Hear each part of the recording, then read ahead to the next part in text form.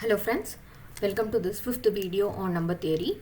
This video is going to talk about the divisibility and GCD, that is the common divisor of integers.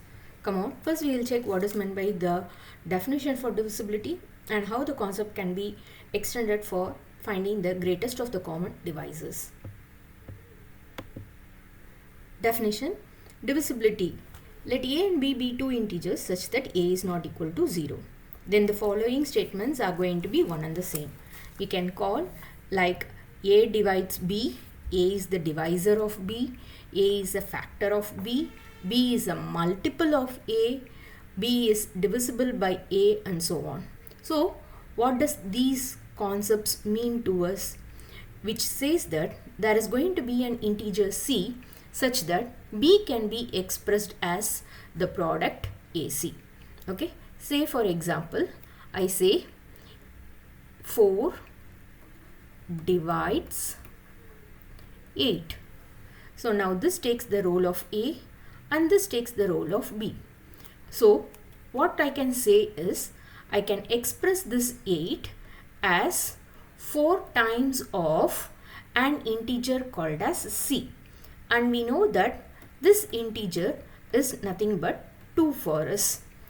So, in terms of division, we say that A divides B if and only if the remainder is going to be 0 when B is divided by A, which means it exactly divides the quantity without leaving any remainder. So, what do we mean by remainder? When there are going to be any left out on a particular value on division. Say suppose when I am going to divide 10 by 4. So how many times 10 goes in 4? This goes 2 times. So I have 4 2s are 8. And now on subtraction, I have a leftover called as 2. This quantity is called as the remainder. So when we say that A divides B, then the remainder is going to be 0 for us. So when I divide 8 by 4, I know that 2 times of 4 is 8 and it leaves no remainder for me. Hence, we denote the quantity of A divides B by the symbol A, a vertical line with B, and we pronounce or read this as A divides B. We read this notation as A divides B. Now let us check on some note on the divisibilities. When A and B, A is going to divide B, then minus A is also going to divide B, as I can write my B to be equal to minus A product minus C. So there exists an integer minus C, so that I can express B as minus A times of minus C. So now as we said, I know that 4 divides 8, and I also know that minus 4 divides 8, as I can write this 8 to be equal to minus 4 times of minus 2. So instead of 2, I will be able to find one more integer called as minus 2 that satisfies the relation. If A does not divide B, it is denoted by the symbol A, the vertical line with a slash B. So A does not divide B. This is how we read this. The relation A divides B is going to be reflexive and transitive in the set of positive integers, but not symmetric. Last session we have seen about relations, and when we talk about relations, there are going to be reflexive relation, transitive relation, and symmetric relation. So what do you mean by reflexive relation? If A divides A is going to be true for all the values on the set of positive integers, for all the A belonging to the set of positive integers, then you call it to be reflexive, and hence it is going to be true. We all know that 8 divides 8. This is going to be true, so it is reflexive. What do you mean by transitivity? If A divides B and you have B to divide C, then we will have A to divide C. Now to divides 4 and we know that 4 divides 8, in which case we can say that 2 also divides 8. So if this relation is going to be true, you call it to be transitive relation. And we know that, or we can see that clearly, the division or A divides B is going to be transitive in nature. So reflexive is true, transitivity is true. But what about symmetricity? Symmetricity is not going to be true, which means that whenever I say A divides B, that does not imply to me B will divide A. I can say 2 divides 8, but is the opposite relation 8 divides 2 is going to be true? No, this is not going to be true. So I cannot say it is going to be symmetric in nature. So the relation of A divides B is not going to be symmetric, but rather it is reflexive and transitive in nature. Next, we will move on some properties of divisibility, which says that if A divides B and A divides C, then A divides B plus C. Like 2 is going to divide 4, 2 is going to divide say 8. This implies 2 divides 4 plus 8, which is 2 divides 12. Yes, that's going to be true. If A divides B and B divides C, then A divides C. This is nothing but the transitive rule which we have seen in the last type. Now, if A divides B, then A divides m times of B for some integer m.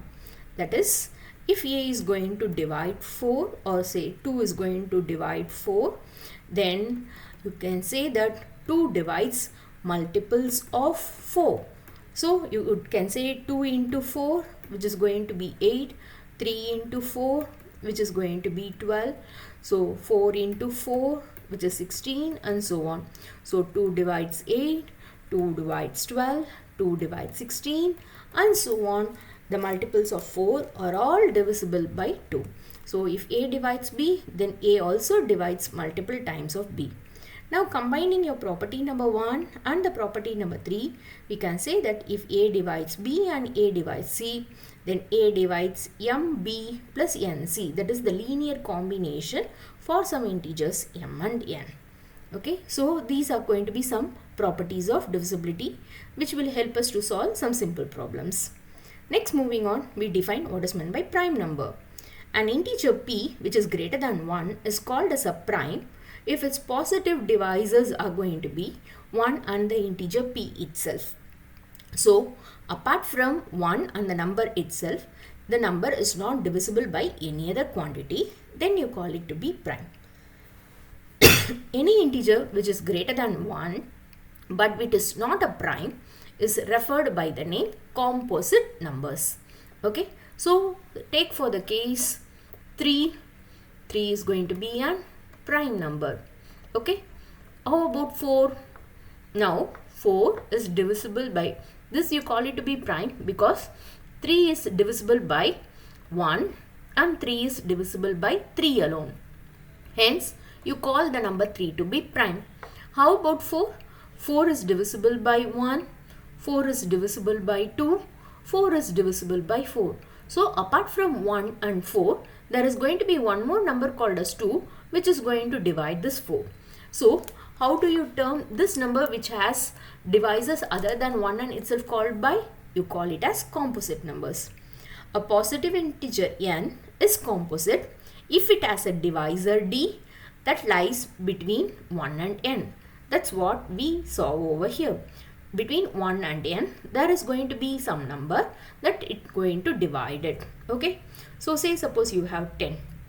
So, what are going to be the divisors of, so the integers, how I can write, I can say what are the divisors of 10. You can have 1, you can have 2, you can have 5 which divides 10, and then you will have 10 that divides 10. Okay, so apart from this 1 and n, there are going to be 2 more quantities that is going to divide 10. Hence, this is not going to be a prime, but rather it is termed as a composite number.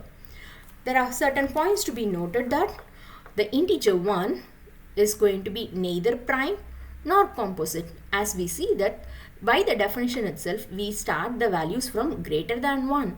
So the number 1, which is the integer, is neither prime nor composite in nature. So as we go on, we find the primes of the integer set to be 2, 3, 5, 7, 11, 13, 17, 19, 23 and so on. So these are the numbers which are going to have 1 and themselves as their divisors and not any other things apart from it. And the next important point to notice, 2 is the only even prime number, because all other even numbers can be expressed as a product of 2. So when they are expressed as a product of 2, you find 2 to be a divisor of it. So none of the prime even numbers are going to be prime apart from 2. And there are going to be infinitely many primes. So they are going to be countless, like going on and on and on until you move towards infinity. Next, we move on to something called as fundamental theorem of arithmetic, which says that every integer n greater than 1 can be written uniquely as a product of prime numbers. So, say suppose I have the number called as 12. How I can express this 12 as? I can express this 12 as 4 into 3. 4 3s are 12. As well as I can express this as 6 into 2. 6 2s are also 12. But these 4, 3, 6, 2 and so on are not going to be expressions as product of prime. So when I do the product expression as a prime factorization, then this 12 can be written as a product of prime in exactly one and only one way. So how I can do it? I can split 12, which goes into 6 times. This 6 again goes into 3 times and 3 goes in 3 one time.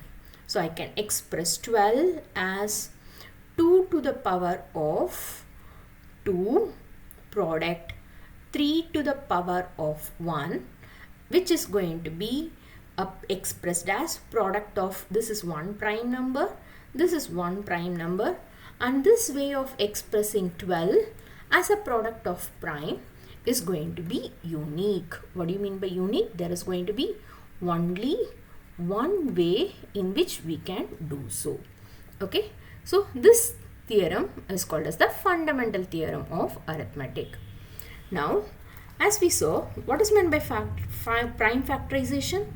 The unique expression for an integer n, where we express it as a product of prime, is called as a prime factorization.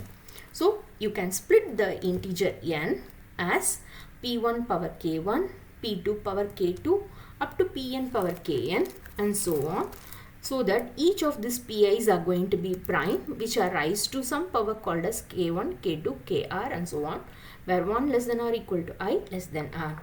And we can see that this prime composite integer and p is going to be any prime number, then the number of prime for which you will have to find it will always be less than or equal to square root of n. So we will see it by an example. Say suppose we want to do the prime factorization of the number called as 100. How will I express this 100 as product of prime? Let me start with the least of the prime, say 2, which goes 10 goes 2 times and 0 goes 0. So 10 goes 5 times and then you have 0 to go as such. Okay, now 50 goes into 25 times and 25 goes in 5 times. So how I can express 100 as? 100 can be expressed as 2 to the power of 2 and 5 to the power of 2. This way of expressing 100 as product of prime is going to be very unique in nature. Say for example, we have 9999.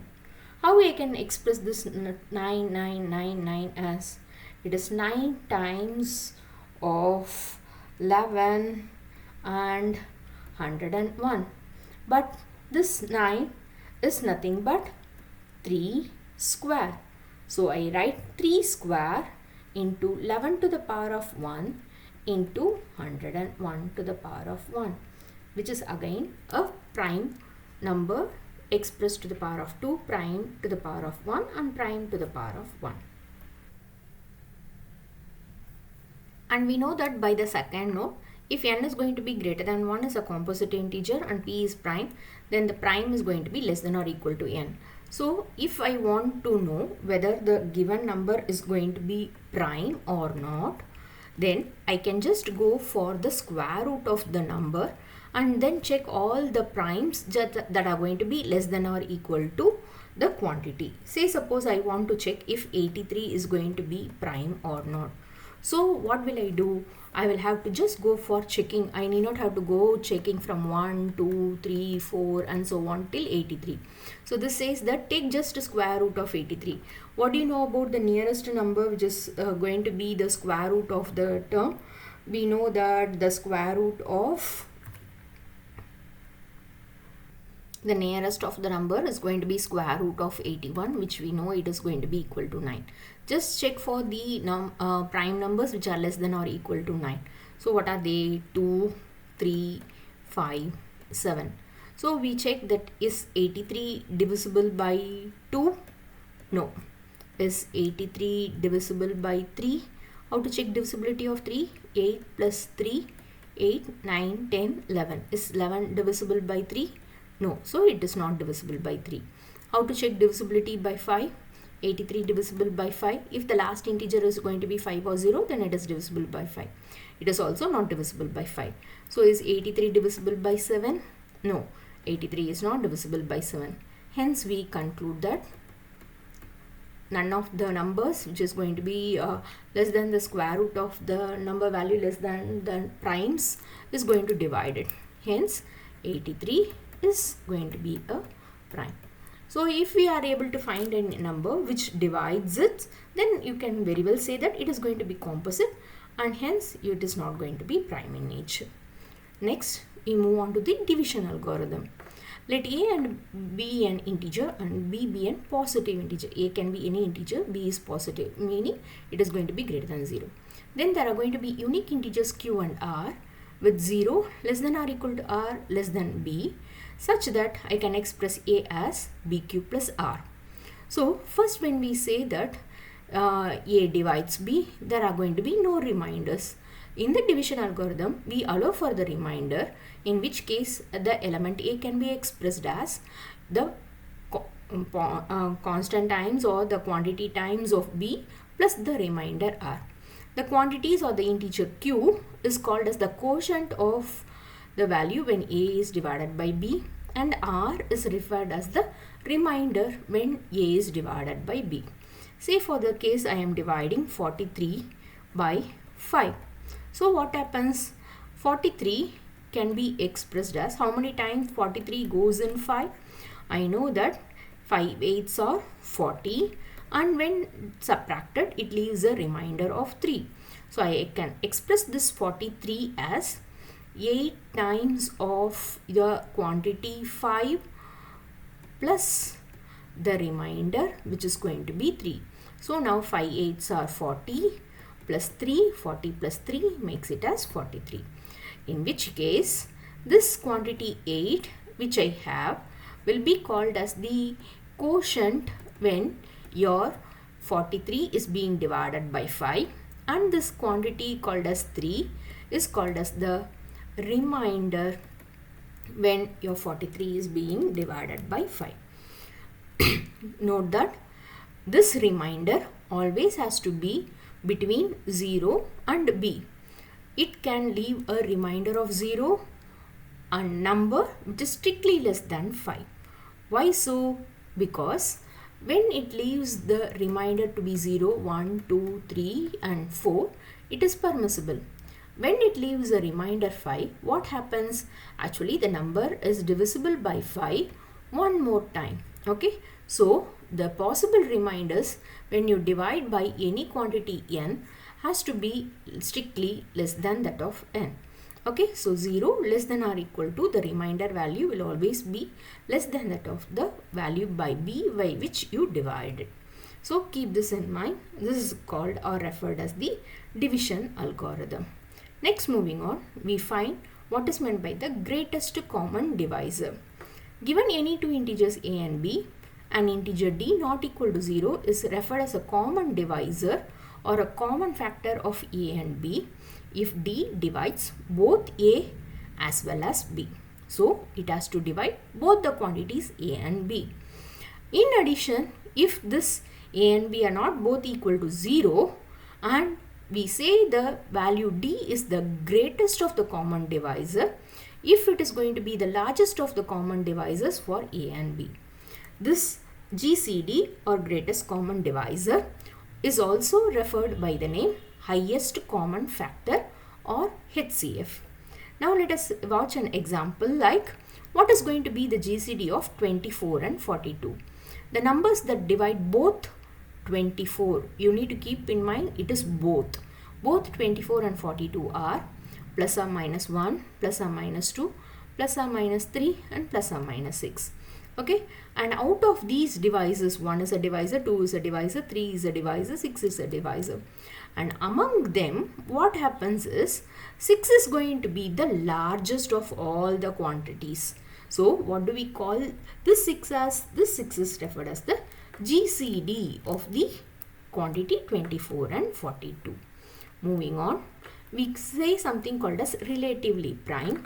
A and B are relatively prime or also referred by the name co-prime if the GCD is going to be 1. Say suppose I am finding the GCD of the number called as 17 and 22. So can you find anything common between them? No number is going to be common apart from 1. So the GCD is 1. So how do you refer these two numbers as? These two numbers are referred as relatively prime or you call them by the name co-prime. And we can see that the consecutive integers are always co-prime. Like GCD of 3, 4 is always 1. GCD of 100, 101 is always 1. So whenever you take two consecutive integers, the GCD is always 1. And now coming to the case where you call it to be pairwise relatively prime. What is meant by pairwise relatively prime? If the values are relatively prime for any combination of pairs you take, then you call it as pairwise relatively prime. Okay, let us consider the example for the case when we have the integers 9, 13, 25. Now consider GCD of 9 and 13. What is the GCD of 9 and 13? 13 is a prime. 9 can be expressed as 3 square. So the GCD is 1. Now GCD of 13 and 25. What is the GCD of 13 and 25? Again it is 1. What is the GCD of 9 and 25? This is going to be product of 3 and this is product of 5. And so there are no common points apart from 1. So what do we call these pair of numbers 9, 13 and 25 as? They are called as pairwise relatively prime. Now for a counter example, let us take the case 10, 17, 25. Now what is going to be GCD of 10 and 17? So this is going to be equal to 1. Now what is the GCD of 17 and 25? This is again going to be equal to 1. But when it comes to GCD of 10 and 25, we notice that apart from 1, the greatest of the number that divides it is going to be 5. So here this quantity is not going to be 1. So these pair 10, 17 and 25 are not pairwise relatively prime. So this is going to be the way in which I can define relatively prime or co-primes and pairwise relatively prime numbers. Now how to find the GCD using prime factorization? Now express the numbers a and b as product of primes, and this can be done in a unique way by our fundamental theorem. Then correct the minimum of the powers of a and b for each of the prime. This gives us the GCD of your number A and B. Say for suppose I have the numbers called as 24 and 36. I want to find the GCD of it. How I can express 24 as product of prime? So 24 can be expressed as 2 will go 12, go 6 times, go 3 times. So I can express 24 as 2 to the power of 3 and 3 to the power of 1. Let me go for 36. When this goes into, this goes 18 times, 2 goes 9 times, 3 and 3. So 36 is nothing but 2 to the power of 2 and 3 to the power of 2. So what will be the GCD of 24 and 36 using prime factorization? So the first element or the first prime is 2, for which we find the minimum of their powers. What are the powers? 3 and 2. Take the product with second prime. What is the second prime? 3, which will be minimum of, what are going to be their powers? It is going to be 1 and 2. So I have 2 to the power of minimum of 3 and 2 is going to be 2, and 3 to the power of minimum of 1 and 2 is going to be 1. So 2 square makes it as 4 and 3 power 1 makes it as 3. So the greatest of the common divisors of 24 and 36 is going to be equal to 12. So this is the way in which we find the prime factorization of the given numbers A and B, finding the minimum of these powers. When one or more of the prime numbers is not present, you can just make the entry for them with a power to be equal to 0. So in which case you can just take what is going to be the GCD of the prime to the minimum of the quantities, which is going to be your 0 and the remaining number. Okay, so the last one to go on with will be the least common multiple. If A and B are positive integer, then the smallest positive integer that is divisible by both A and B, so it is going to be the smallest positive integer that is divisible by both A and B is called as the least common multiple of A and B and is denoted by LCM of A and B. Now the same rule applies over here like our GCD, but the thing is that instead of finding minimum value, what do we go for is going to be maximum value of A and B. So we come to the relationship that connects the GCD and LCM by the factor GCD of A comma B into LCM of A comma B is the product AB. Okay, we will move on with an example and then try to complete it. So let us find the GCD of the number 24 and 30 and LCM of the number 24 and 30, and we will see if the relationship is going to hold true. Okay, as we saw, 24, 2, 12, 2, 6, 2, 3. So 24 is 2 to the power of 3, 3 to the power of 1. How about the number 30? 2, 15, this goes 3, 5. So it is 30, which is expressed as 2 to the power of 1, 3 to the power of 1, 5 to the power of 1. Here the base 2 prime is there, the base 3 prime is there, base 5 is not present over here. So we introduce this base 5 with a power to be equal to 0 because anything power 0 is going to be 1. Now what is going to be the GCD? The GCD is 2 to the power of the minimum of the numbers 3, 1. 3 to the power of minimum of the number 1, 1 and 5 to the power of minimum of the numbers 0 and 1. So it is 2 to the power of 1, 3 power 1 and 5 power 0. So it is 2 into 3 into 1, which makes it as 6. So GCD of 24 and 30 is going to be 6. Whereas let us find out what is the LCM. LCM is 2 to the power of maximum of the number, which is 3 and 1, and 3 to the power of maximum of 1 and 1 and 5 to the power of maximum of 1 and 1. So this gives me 2 to the power of 3, 3 to the power of 1, 5 to the power of 1, 2 power 3 makes it as 8 into 3 into 5. So when we go on with this, this is going to be 8 3s are 24 into 5. So this makes it as 120. So I have got the GCD separately. I have got the LCM of the values separately. And let us verify what is going to be the number 24 multiplied by 30. What is going to be 24 multiplied by 30? 24 into 30 gives me 720. And now what is the product of GCD and LCM of these two numbers? It is going to be 6 into 120. And when I do 6 into 120, I again have this to be the same as 720. Hence what we have proved? We have proved that the GCD into LCM of the two numbers A and B are the same as the product of the numbers A and B. I hope this video has given you a clear idea on the basic concepts of divisibility, the fundamental theorem of your arithmetic, the division algorithm, the GCD and LCM and the relationship that connects these quantities. Happy learning. Keep learning. Thank you.